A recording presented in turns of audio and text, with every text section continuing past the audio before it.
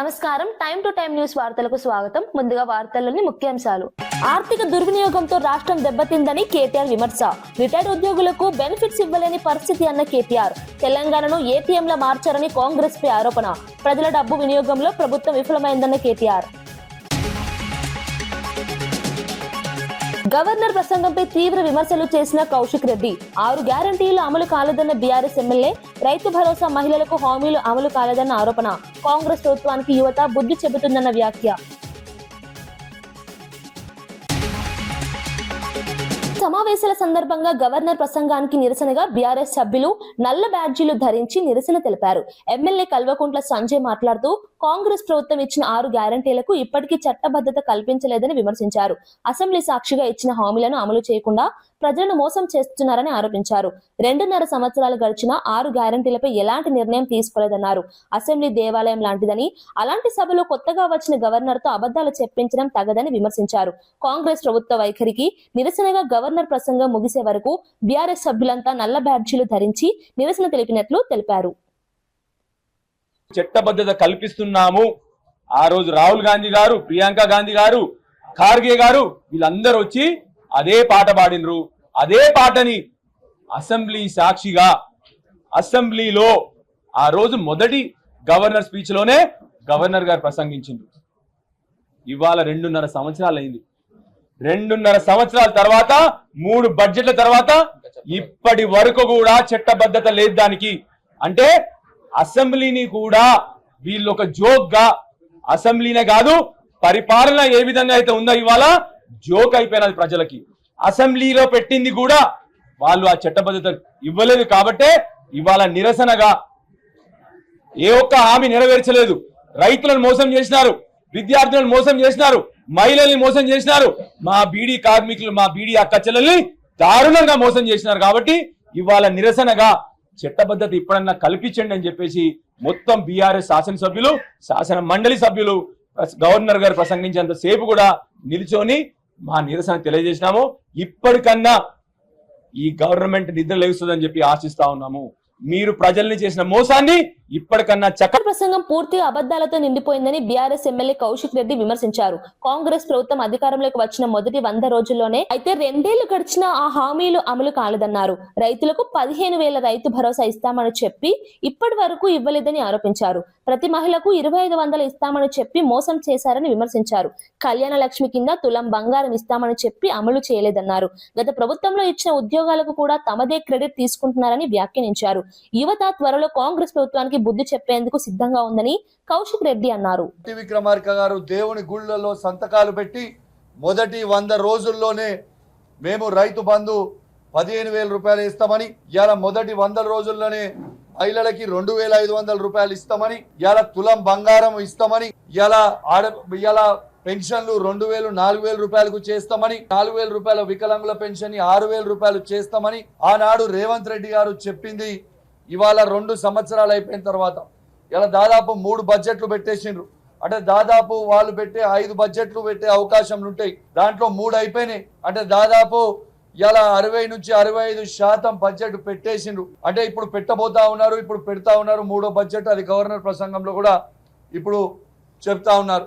కానీ ఒక్క దగ్గర కూడా ఇలా రైతు భరోసా 15,000 రూపాయలు వేస్తామని రైతులకి చెప్పి ఇలా ఒక్కరికి కూడా 15,000 రూపాయలు ఇప్పటిదాకా రైతు బంధు అనేది 3 పైసలు మిస్ చేసింది అని చెప్పక తప్పదు. ముఖ్యమంత్రి గారు చెప్తారు రైతు బంధు అయితే నేను వేసినా అది పోయిందా లేదా రైతులకి నాకు తెలియదు అంటాడు.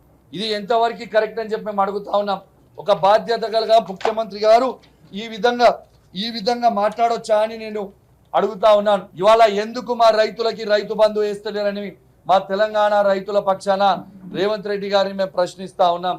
ఇవాళ బోనస్ ఇస్తామన్నారు, ఇలా రైతులకి బోనస్. గవర్నర్ ప్రసంగం పూర్తిగా అర్థం లేని చిత్తు కాగితంలా ఉందని మాజీ మంత్రి వినోద్ కుమార్ విమర్శించారు.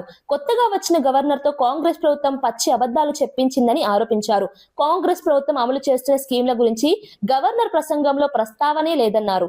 ప్రజలకు ఇచ్చిన హామీలను అమలు చేయకుండా గొప్పలు చెప్పుకుంటోందని విమర్శించారు.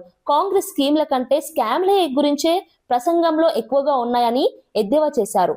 ప్రజలను తప్పుదోవ పట్టించేందుకు కాంగ్రెస్ ప్రయత్నిస్తోందని అన్నారు. ప్రభుత్వం చెప్పే మాటలకు పనులకు ఆ సంబంధం లేదని పేర్కొన్నారు. ప్రజలు వాస్తవాలను గమనిస్తున్నారని, తగిన సమయంలో తీర్పు ఇస్తారని వినోద్ కుమార్ అన్నారు.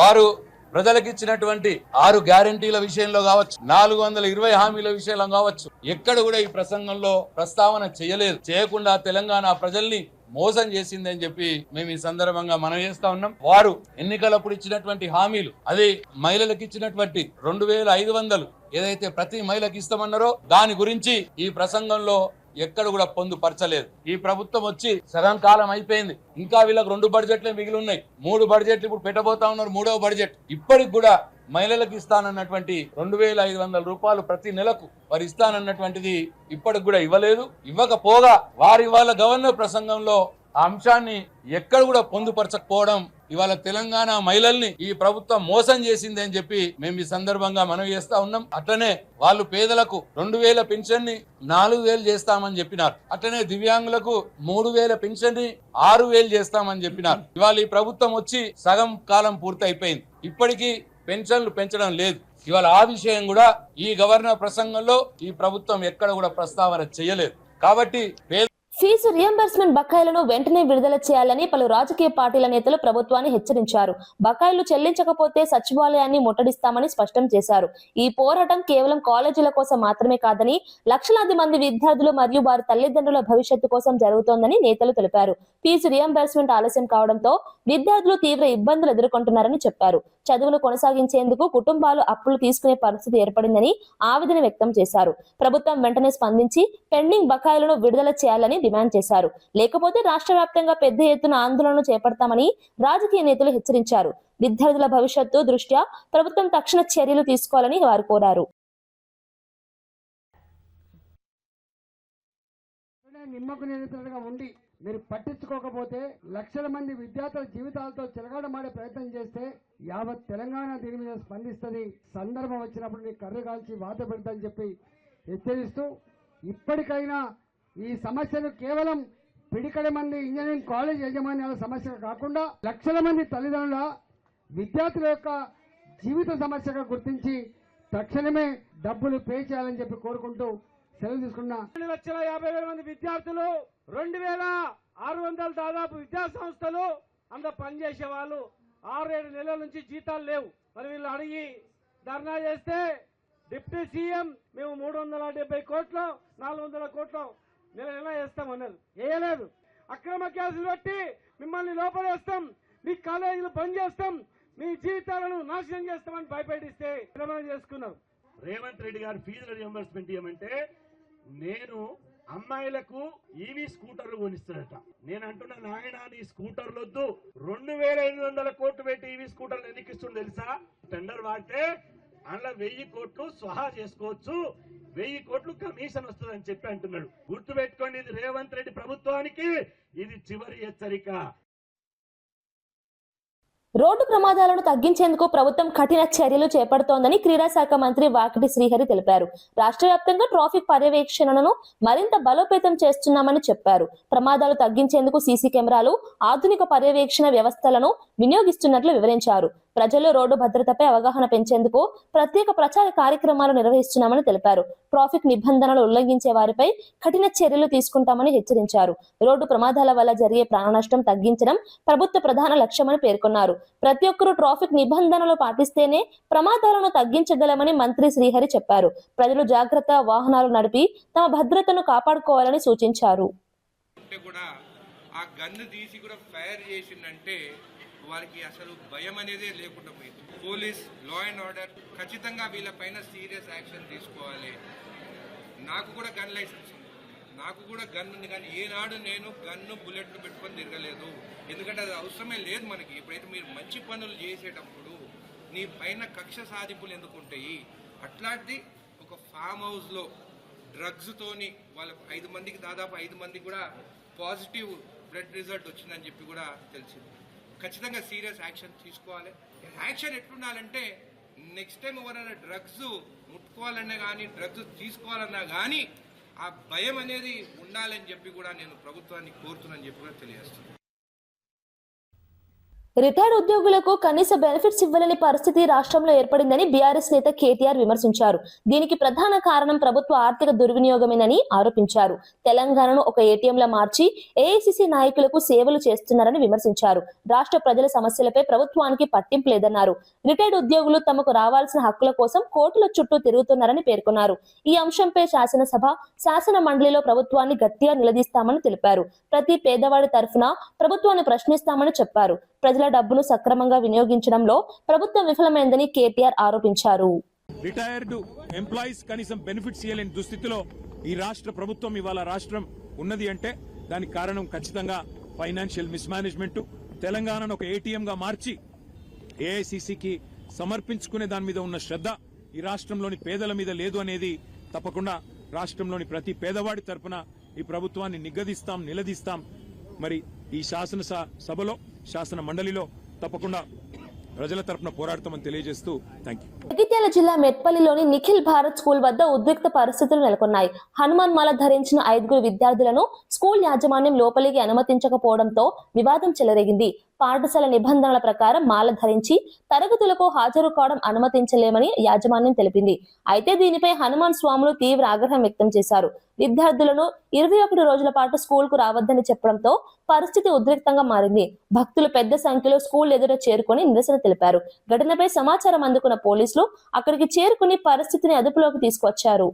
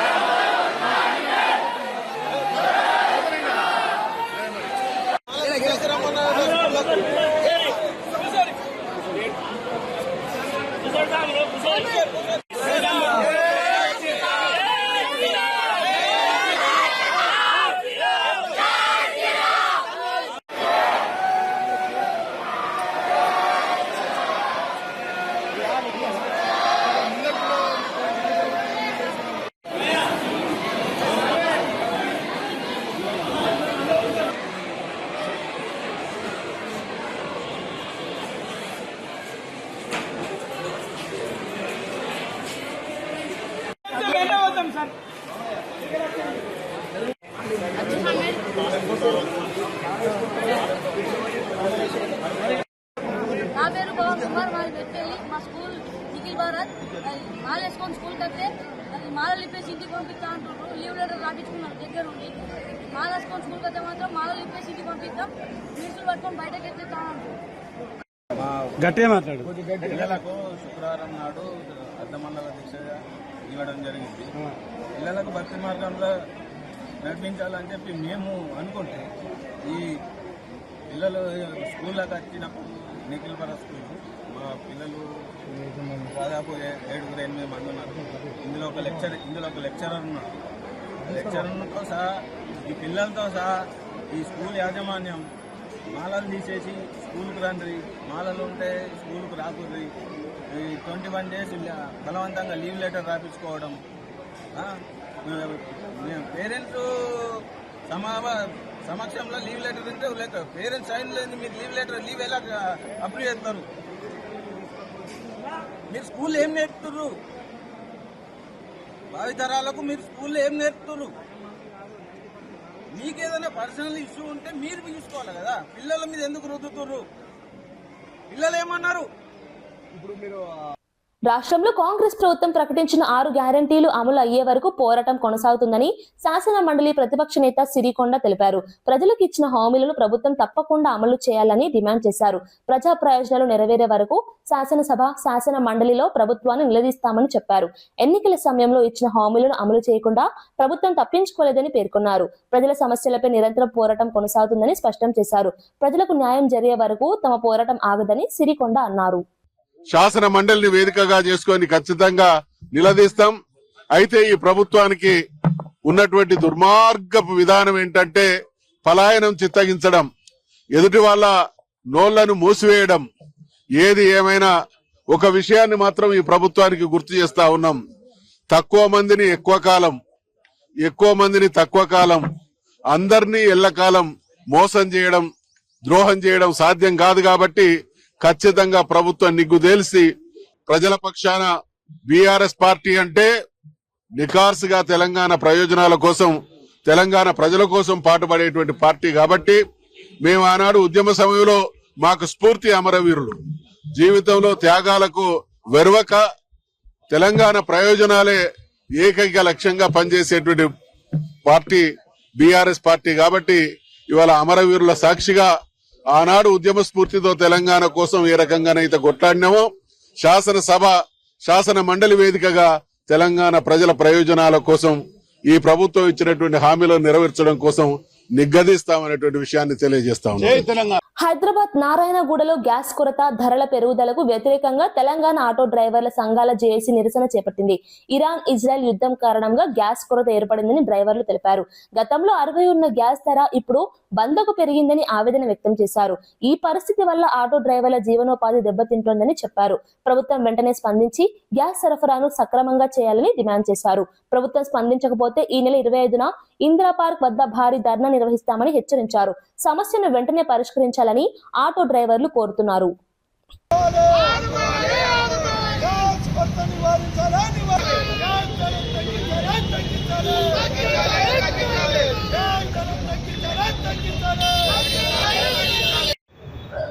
ఈరోజు తెలంగాణ రాష్ట్ర ఆటో డ్రైవర్ల సంఘాల జాయింట్ యాక్షన్ కమిటీ ఆధ్వర్యంలో ఎల్పిజి కొరత గతంలో గత 10 రోజుల నుంచి ఇరాను, ఇజ్రాయెల్, అమెరికా దేశాల్లో జరుగుతున్న యుద్ధం వలన ఈరోజు గ్యాస్ కొరత భారతదేశంలో చాలా ఉంది. ఎల్పిజి సిలిండర్లతో పాటు వాహనాలు వాడే ఆటో క్యాబులు వాడే ఎల్పిజి ధరలు చాలా ఆకాశాన్ని అంటాయి. దానికి తోడు వేలాది మంది, లక్షలాది మంది లైన్లో నిలబడవలసిన పరిస్థితి ఏర్పడుతుంది. గ్యాస్ కొరత బాగా ఉంది. ఇప్పటికే రెక్కాడితే డొక్కాడే రోజువారీ కూలి పనిగా చేసుకొని ఆటో క్యాబ్ డ్రైవర్లకు చాలా ఇబ్బంది పడుతున్నారు. కాబట్టి ఈ గ్యాస్ కొరతను వెంటనే కేంద్ర రాష్ట్ర ప్రభుత్వాలకు తెలియజేయాలని చెప్పి ఈరోజు ఆటో సంఘాల తరఫున నిరసన కార్యక్రమం తెలియజేస్తున్నాం.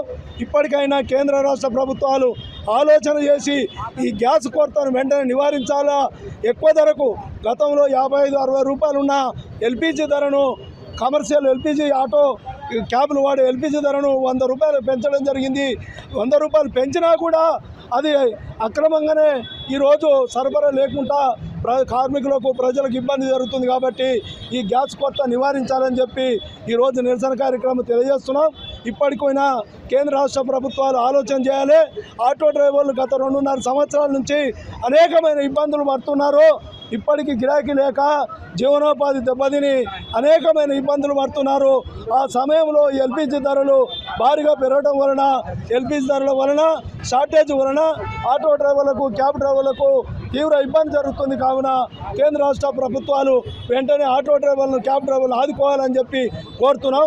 అదేవిధంగా ఈ అసెంబ్లీ సమావేశాలు ప్రారంభమైన ఈ రోజు నుంచే మా ఆటో డ్రైవర్ల సమస్యల పరిష్కారం కోసం గతంలో అనేకమైన ఉద్యమాలు చేశాం. ఇప్పటికి కూడా రాష్ట్ర ప్రభుత్వం స్పందించకపోతే రేపు 25వ తారీఖు నాడు ఇందిరా పార్క్ వద్ద వేలాది మంది రాష్ట్ర వ్యాప్తంగా సమీకరించి పెద్ద ఎత్తున ధర్నా చేస్తున్నాం. అప్పటికి కూడా మా సమస్యలు రాష్ట్ర ప్రభుత్వం, కేంద్ర ప్రభుత్వం పరిష్కరిస్తుందని చెప్పి ఆశిస్తున్నాం. अस्सलाम वालेकुम रहमतुल्लाहि व बरकातुहू। मैं मोहम्मद अब्दुल सलीम, तेलंगाना जागृति ऑटो यूनियन स्टेट प्रेसिडेंट बोल रहा हूँ। पहले जो है ना ऑटो वाले जो है ना फ्री बस से बहुत परेशान रहने की वजह से, फिर जो है ना दूसरा 2 व्हीलर रैपिडो के परेशानी से पहले परेशान है ऑटो ड्राइवर। अब जो है ना नया एक मोदी सरकार जो है ना हम के ऊपर गैस के जो रेटा बढ़ गए हैं और गैस शॉर्टेज होने की वजह से बहुत ऑटो वाले परेशान है। गैस नहीं मिलने की वजह से ये प्राइवेट गैस एजेंसी जो है ना 93 रुपीज़ जो है ना गैस दे रहे हैं, जबकि जो है ना HP और इंडियन ऑयल जो है ना 63 रुपीज़ में दे रहे हैं, लेकिन वहाँ पे शॉर्टेज बता रहे हैं। ఫైనాన్స్ సంస్థ వేధింపుల నుంచి తమను కాపాడాలని బాధితుడు కృష్ణ చైతన్య ప్రభుత్వాన్ని కోరారు. సోమాజిగూడ ప్రెస్ క్లబ్ లో నిర్వహించిన మీడియా సమావేశంలో ఆయన తన గోడును వెల్లడించారు. వ్యాపార అవసరాల కోసం భువనగిరి శ్రీరామ్ ఫైనాన్స్ నుంచి రుణం తీసుకున్నట్లు తెలిపారు. సంస్థ సూచించిన విధంగా ప్రతి నెల వాయిదాలుగా రుణం చెల్లిస్తున్నప్పటికీ తీవ్రంగా వేధిస్తున్నారని ఆరోపించారు. సంస్థ లీగల్ అడ్వైజర్ శ్రీనివాసరెడ్డి తనతో పాటు షూరిటీగా ఉన్న సంతోష్ కుమార్ ను మానసికంగా వేధించారని అన్నారు. ఈ వేధింపుల కారణంగా సంతోష్ కుమార్ అనారోగ్యానికి గురై నిమ్స్ ఆసుపత్రిలో చికిత్స పొందుతూ మరణించాడని ఆవేదన వ్యక్తం చేశారు. ఈ విషయంపై ఆర్బీఐకి ఫిర్యాదు చేసినా వేధింపులు ఆగలేదన్నారు. ఫైనాన్స్ సంస్థలపై కఠిన చర్యలు తీసుకోవాలని బాధితుడు విజ్ఞప్తి చేశారు. తర్వాత వాళ్ళు మళ్ళీ పంపిస్తున్నాం తర్వాత ఇచ్చినటువంటి స్టేట్మెంట్ దానికి ఒరిజినల్గా ఇంట్రెస్ట్ 49,50,000 కట్టమని చెప్పి నా స్టేట్మెంటు, మళ్ళీ పూర్తిగా నాకు కట్టమని చెప్పేసి 4,62,00,000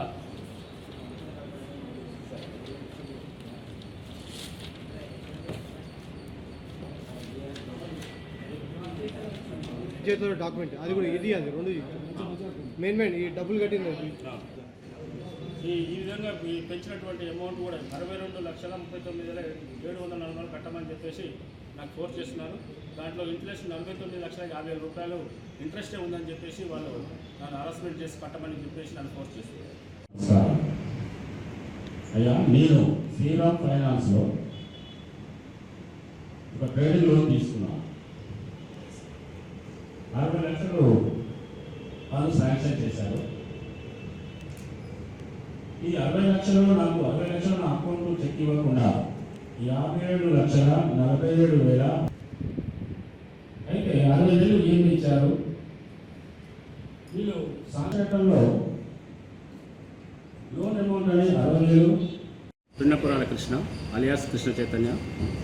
నేను శ్రీరామ్ ఫైనాన్స్లో 60 లక్షలు లోన్ తీసుకున్నాను.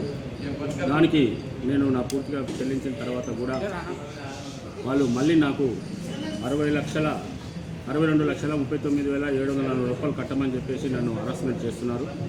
అదేవిధంగా నా గ్యారెంటర్ అయినటువంటి సంతోష్ కుమార్ కూడా హరాస్మెంట్ చేసి ఆయన చావటానికి కారణమైనటువంటి శ్రీనివాసరెడ్డి, అతను చావడానికి కారణం శ్రీనివాసరెడ్డి గారే.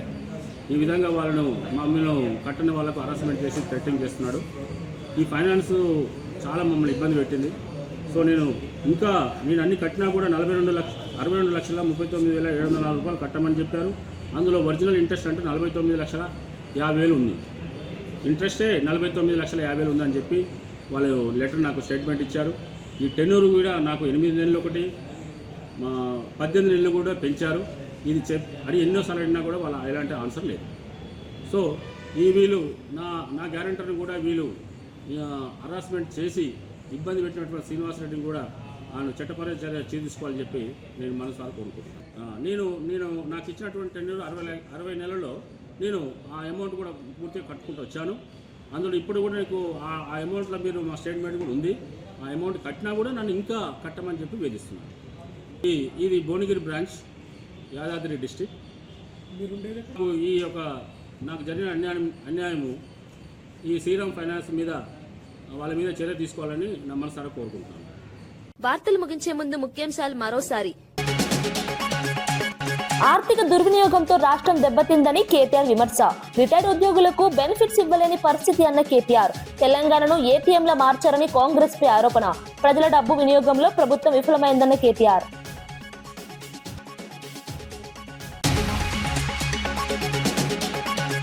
అమరావతిలో పొట్టి శ్రీరాములు విగ్రహం ఆవిష్కరించిన లోకేష్. స్టాచ్యూ ఆఫ్ సాక్రిఫైస్ పేరుతో 58 అడుగుల విగ్రహం తెలుగు జాతి గౌరవానికి చిహ్నమన్న మంత్రి లోకేష్. శ్రీరాములు పేరిట స్మారక నాణెం విడుదలపై చర్చ. గవర్నర్ ప్రసంగంపై తీవ్ర విమర్శలు చేసిన కౌశిక్ రెడ్డి. 6 గ్యారంటీలు అమలు కాలేదన్న బీఆర్ఎస్ ఎమ్మెల్యే. రైతు భరోసా మహిళలకు హామీలు అమలు కాలేదన్న ఆరోపణ. కాంగ్రెస్ ప్రభుత్వానికి యువత బుద్ధి చెబుతుందన్న వ్యాఖ్య.